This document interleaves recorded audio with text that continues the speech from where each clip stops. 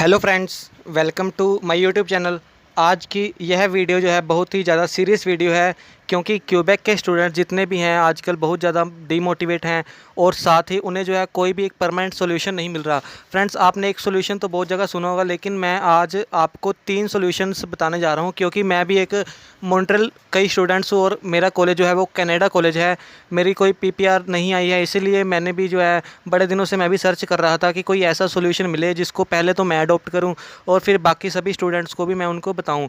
तो फ्रेंड्स, मुझे जो है इनके 3 ऑप्शंस मिले हैं, यानी कि 3 ऐसे ऑप्शंस मुझे पता लगे हैं जो मैं हम यानी कि जो कोई भी क्यूबेक के स्टूडेंट कर सकते हैं। इन तीनों में सबसे बढ़िया वाला कौन सा है, यानी कि आपको कौन सा अडॉप्ट करना चाहिए, आपके लिए कौन सा सूटेबल रहेगा, वो मैं आपको बताऊंगा। क्योंकि इसमें आपने कई कंडीशन सोच के चलनी है। देखो, सबसे पहले क्या है कि कुछ स्टूडेंट्स की जो एक सबसे बड़ी नई प्रॉब्लम वो क्या है कि एक तो उनके जो आइल्स बैंड थे, यानी कि जो आइल्स थी उनकी, उसकी एक्सपायरी डेट भी बहुत पास आ गई है। कुछ स्टूडेंट्स तो ऐसे हैं जिनकी आइल्स भी एक्सपायर हो चुकी है। अब वो स्टूडेंट्स क्या करें। इसके साथ साथ कुछ ऐसे स्टूडेंट्स हैं जिनकी फाइनेंशियल कंडीशन सही नहीं है, इसलिए वो कॉलेज चेंज कर सकते हैं या नहीं कर सकते, क्योंकि बहुत सारे स्टूडेंट्स को जो है एक ही सोल्यूशन मिल रहा है कॉलेज चेंज करने का। इसके साथ साथ भी आपके पास 2 सॉल्यूशन और हैं, मैं आपको इस वीडियो में सारा कुछ डिटेल में बताऊंगा। चलिए स्टार्ट करते हैं आज की वीडियो। उससे पहले अगर आपने चैनल को सब्सक्राइब नहीं किया है तो प्लीज़ चैनल को सब्सक्राइब कर लें और साथ ही बेल आइकन भी प्रेस कर लें, ताकि जो भी इसके बाद वाली अपडेट, कोई भी अपडेट होगी या कोई भी न्यूज़ आएगी क्यूबेक पीपीआर से रिलेटेड, तो मैं आपके साथ ज़रूर शेयर करूँगा। तो आप प्लीज़ चैनल को सब्सक्राइब करके साथ ही बेल आइकन भी प्रेस कर लें। तो चलिए फ्रेंड, सबसे पहले सोल्यूशन की बात क्या करते हैं कि जो सबसे पहला सोल्यूशन आमतौर पर हमने बहुत सारी वीडियोज़ में भी देखा है और बहुत सारे एजेंट्स भी अब स्टूडेंट्स को यही कह रहे हैं, लेकिन इसमें सोल्यूशन क्या है कि बहुत सारे एजेंट्स और स्टूडेंट्स को या वीडियोज़ में क्या बता रहे हैं कि आप अपना कॉलेज चेंज कर लें, यानी कि डीएलआई चेंज करना आपके पास एक सोल्यूशन हो सकता है। अब डीएलआई चेंज करने के फ्रेंड्स क्या नुकसान है और क्या फ़ायदे हैं और कौन कर सकता है। सबसे पहले जो प्रॉब्लम है कि कुछ स्टूडेंट्स के, यानी कि कुछ कॉलेजेस जो हैं वो क्या करते हैं कि कुछ कॉलेजेस तो फ़ीस रिफ़ंड में बहुत सारा जो रिफ़ंड नहीं दे रहे हैं, बहुत सारे पैसे काट रहे हैं। चाहे वो कह रहे हैं कि आपने ऑनलाइन क्लासेस लगाई हैं, या वो कुछ कह रहे हैं कि आपने कुछ रजिस्ट्रेशन फ़ीस होगी, कुछ भी क्लासेस के पैसे काट के, मतलब बहुत ज़्यादा पैसे बच्चे के काट रहे हैं। इसके साथ साथ कुछ कॉलेज ऐसे भी हैं जो फुल रिफ़ंड भी दे रहे हैं। कौन से कॉलेज हैं वो मैं आपको बता दूंगा साथ में ही।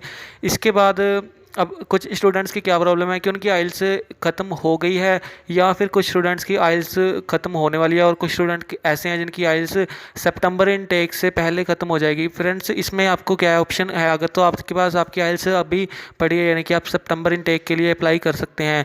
तो और आपके पहले तो आपके पास आइल्स पड़ी है, और दूसरी जो ऑप्शन है कि हाँ, आप आइल्स भी कर सकते हैं अगर आइल्स एक्सपायर हो गई है, लेकिन मैं मान के चल रहा हूँ कि आपकी आइल्स अभी पड़ी हुई है।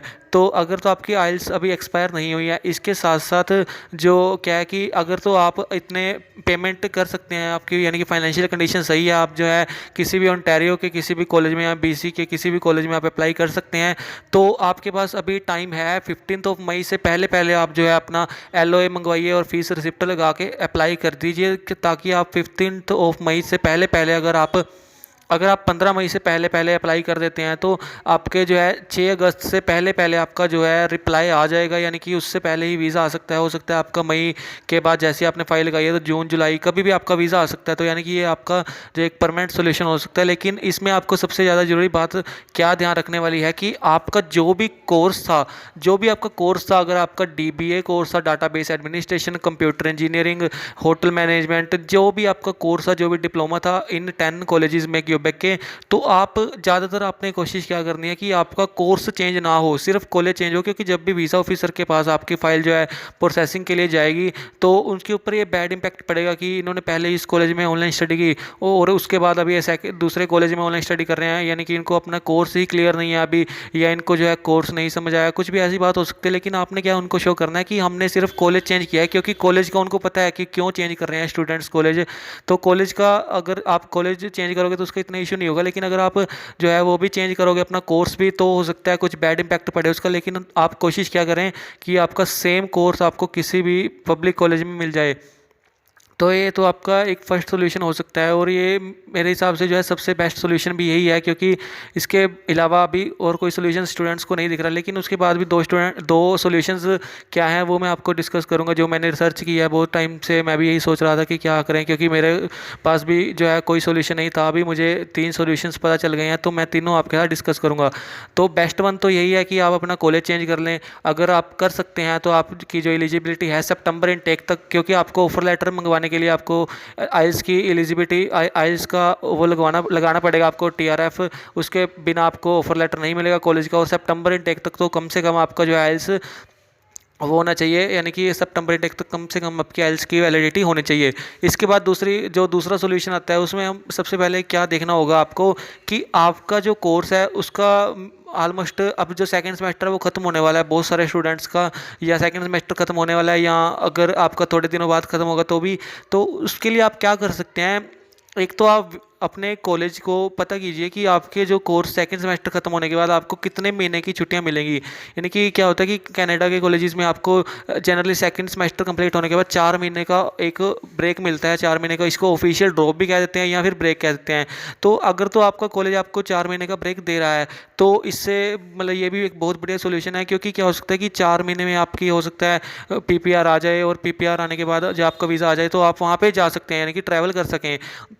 और इसके साथ साथ जो है आपको इसमें टाइम भी ज़्यादा मिल जाएगा, क्योंकि 4 मंथ्स वो हो गए और 8 मंथ्स जो आपके नेक्स्ट 2 सेमेस्टर्स के हो गए, तो आपके पास 12 मंथ्स होंगे। यानी कि बहुत ज़्यादा टाइम है एक साल में, आपके पास एक साल में बहुत ज़्यादा टाइम होता है। तो कुछ भी हो सकता है, आपकी पीपीआर आ सकती है, चांसेस इसमें हो सकते हैं पीपीआर आने के, क्योंकि ज़्यादा टाइम है। अगर 8 मंथ्स हुए तो जैसे पहले 2 सेमेस्टर निकल गए हैं, वैसे थर्ड और फोर्थ सेमेस्टर भी ऐसे निकल जाएंगे, उनका भी पता नहीं चलेगा, और आपकी जो है पूरी स्टडी यहीं पर ऑनलाइन ही खत्म हो जाएगी।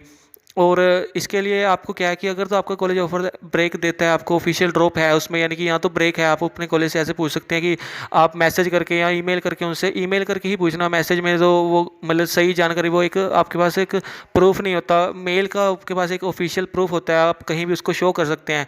तो मेल करके पूछे सारे बच्चे कि आपका जो कॉलेज है वो आपको जो सेकंड सेमेस्टर कंप्लीशन के बाद कितने मंथ्स का ब्रेक देगा, कितने मंथ्स का गैप होगा, आप उनको ये पूछ सकते हैं, और उसके बाद आपको पता लग जाएगा। इसके साथ साथ अगर कुछ कॉलेज आपके नहीं दे रहे हैं तो फिर भी आप जो उनके कॉलेज के ऊपर प्रेशर बनाइए कि बहुत सारे अपने मतलब सारे अपनी क्लास के स्टूडेंट्स इकट्ठे हो गए कि हमें ब्रेक चाहिए, क्योंकि हमारे को जो है ऑनलाइन स्टडी नहीं हम कर सकते, हमारे पास इतने पेमेंट नहीं है, हम ताकि सेकेंड या थर्ड सेमेस्टर की ताकि फ़ीस पे करें। जैसे सीडीआई कॉलेज है, उसने कहा कि आप थर्ड सेमेस्टर की, सीडीआई कॉलेज ने कहा है कि आप थर्ड सेमेस्टर की फ़ीस ना पे करें, ऐसे ही ऑनलाइन स्टडी कर लें। अब इसमें स्टूडेंट्स का नुकसान भी हो सकता है। इसमें स्टूडेंट्स का क्या नुकसान है कि अगर आप थर्ड सेमेस्टर ऑनलाइन कर लेते हैं तो थर्ड सेमेस्टर ऑनलाइन हो गया, उसके बाद आपका फोर्थ सेमेस्टर भी ऑनलाइन हो जाएगा, क्योंकि थर्ड और फोर्थ में गैप आपको कम चांसेस होते हैं मिलने के, वैसे नहीं मिलता है। अगर शायद आपका कोर्स कॉलेज आपको एलो करते, लेकिन जब सेकंड सेमेस्टर यानी कि 1 ईयर मान के अगर चलते हैं आप, तो सेकंड सेमेस्टर के बाद आपको गैप मिलने के चांसेस बहुत ज़्यादा होते हैं। लेकिन थर्ड, अगर आपका थर्ड भी कंप्लीट हो गया और कोई रिजल्ट नहीं आया अगर, तो उसके बाद सिर्फ 4 महीने का फोर्थ सेमेस्टर रह जाएगा, तो वो भी आपको जो है यहीं पे ऑनलाइन ही करना पड़ सकता है। अगर पीपीआर नहीं आती तो बहुत कम चांसेस है, सिर्फ 4 महीने ही बचेंगे, उसमें क्या पता आपकी पीपीआर आए या ना आए। लेकिन अगर आपके पास अभी 12 मंथ्स होंगे तो 12 मंथ्स का बहुत ज़्यादा टाइम है, जिसमें चांसेस ज़्यादा हैं पीपीआर आने के। इसके बाद ये आपका सेकंड सॉल्यूशन था कि आप ब्रेक के लिए, या तो बहुत सारे स्टूडेंट्स यूनिटी बना के स्टूडेंट उनको कॉलेज वालों को कहे कि हमें जो है ब्रेक चाहिए, ऑफिशियल ब्रेक, क्योंकि हम जो है अपनी, या तो ऐसे कहिए कि हम जो अपनी फ़ीस नहीं पे कर पा रहे। या आप सबसे बढ़िया सोल्यूशन क्या है कि आप अपने एजेंट से मेल करवाइए स्टूडेंट्स को, कॉलेज को। एजेंट अगर आपका मेल करेगा, यानी कि आपका जो भी कंसल्टेंट है जिस भी आपने एजेंसी से फाइल लगवाई है, तो उनको आप ये कहिए कि हमारे कॉलेज को हमारे को ब्रेक देने के लिए आप कहें, क्योंकि एजेंट की वहाँ पर जो बड़ी ज़्यादा बनी होती है, उनको काफ़ी रिप्रेजेंटेटिव उनके जानते होते हैं, उनको पता होता है कि यही हमारे को आगे स्टूडेंट्स भी देंगे। अगर हम इनकी बात नहीं मानेंगे तो हो सकता है कि आगे हमारे साथ एक कॉन्टैक्ट ना बनाए और हमारे पास स्टूडेंट भी बहुत कम हो जाएंगे आने।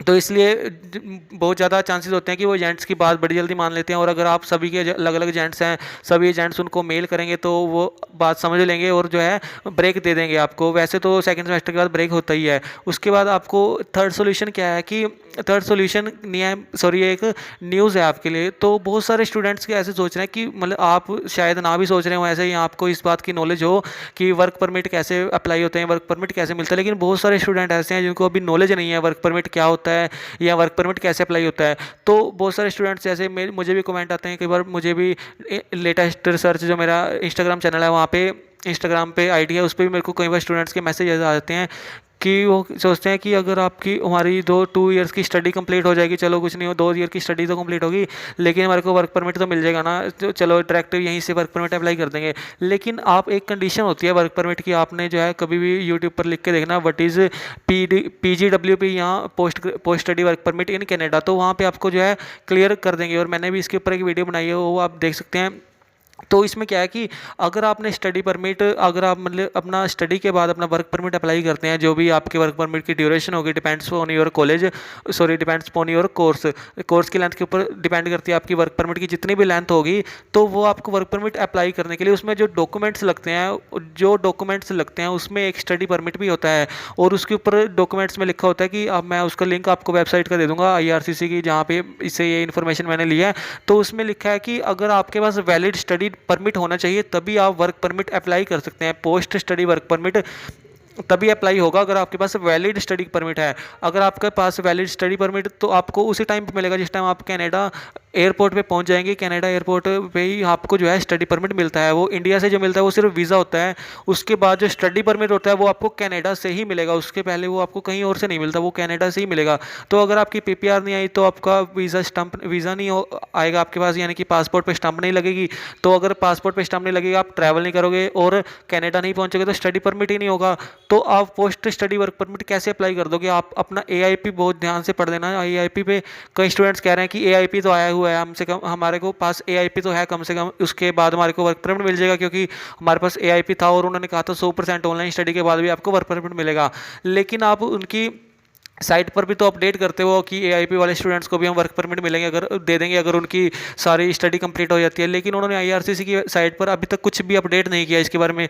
और ये 100% यही बात है कि आपको स्टडी परमिट आपके पास जरूर होगा तभी आपको जो है वर्क परमिट अप्लाई कर सकते हैं। आप ऐसे आप वर्क परमिट अप्लाई नहीं कर सकते।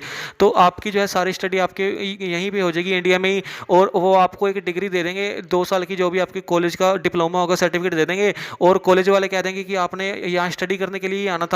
जो कनाडा में है वो भी ऑनलाइन स्टडी कर रहे हैं, सेम इसी लैपटॉप से, इसी इंटरनेट से, इसी जूम मीटिंग से या गूगल मीट से वो सेम ऐसे क्लासेस अटेंड कर रहे थे कनाडा में। आप बिल्कुल सेम उसी तरीके से इंडिया में क्लासेस अटेंड कर रहे थे। आपको भी सर्टिफिकेट मिल गया, उनको भी सर्टिफिकेट मिल गया। आपने भी यहाँ पे स्टडी के लिए आना था, उन्होंने भी स्टडी के लिए आए हैं वो भी। तो आपकी स्टडी कंप्लीट हो गई तो आपका काम खत्म हो गया। अब तो वैसे भी कनाडा में भी आप कोई यहाँ पे कोई केस फाइल नहीं कर सकते, कुछ कह नहीं सकते। उन्होंने भी यही कहना कि हाँ आपने स्टडी करने के लिए आना था, और आपने अपनी स्टेटमेंट ऑफ पर्पस पे भी लिखा होता है कि हम जो है यहाँ पे कनाडा में स्टडी करने के बाद वापस चले जाएंगे। तो वो कहेंगे कि आपने स्टडी करनी थी, स्टडी कर लिया है, तो आपका जो है बिल्कुल काम खराब हो जाएगा, क्योंकि आपकी स्टडी भी हो जाएगी, 2 साल की फीस भी चली जाएगी, आप कनाडा भी नहीं जा पाओगे। तो सबसे पहले तीनों सोल्यूशंस पर आप जो है डिस्कस कीजिए, आपको जो है कौन सा सोल्यूशन बेस्ट लगता है, तो आप उसके हिसाब से डिसाइड कर सकते हैं। साथ ही आप ये भी आप मुझे कमेंट करके कोई भी अगर आपका क्वेश्चन रह जाता है तो वो आप मुझे पूछ सकते हैं, क्योंकि फ्रेंड्स जो 15 मई लास्ट डेट है, तो 15 मई से पहले पहले आपको जो है अगर नया ऑफर लेटर अप्लाई करना है तो आप कर सकते हैं। तभी जो है आपको फास्ट रिजल्ट 6 अगस्त से पहले पहले मिलेगा। अगर आप 15 मई से बाद करते हैं, यानी कि सोचते रहते हैं, तो हो सकता है सितंबर इनटेक भी निकल जाए, और सितंबर इनटेक निकल गया उसके बाद जनवरी इनटेक आएगा, तो आपका गैप भी बहुत ज़्यादा बढ़ जाएगा। इसलिए आप जल्द से जल्द कोई भी डिसीजन लेने की कोशिश करें अपना, और अपने कॉलेज को ऑफिशियल मेल करके ही आप उनसे कोई भी रिप्लाई लें। और व्हाट्सएप पर या वैसे आप चैट बॉक्स में जो वेबसाइट्स हैं कॉलेजेस की, उनके वेबसाइट पर आप चैट करते हैं, तो उससे आपको कोई वो एक प्रूफ नहीं है। लेकिन अगर आपके पास मेल होगी तो एक आपका प्रूफ है, वो आप कहीं भी उसको यूज़ कर सकते हैं। थैंक यू फ्रेंड्स, यही थी आज की वीडियो। तो उसके बाद कनाडा कॉलेज, CDI कॉलेज और मैट्रिक्स कॉलेज, इन तीनों कॉलेजेस के बारे में क्या क्या अपडेट्स हैं और उनके वो भी मैं आपको ज़रूर शेयर करूंगा आगे उन नेक्स्ट वीडियोस में। तो आप जो है इस वीडियो को शेयर ज़रूर करें, और एक बार अगर आपको कुछ चीज़ें नहीं समझ आई थी तो आप दोबारा भी वीडियो स्किप करके वीडियो को रिव्यू कर सकते हैं और दोबारा से देख सकते हैं, ताकि आपको कल एक एक बात बिल्कुल आसानी से समझ आ सके। Thank you friends.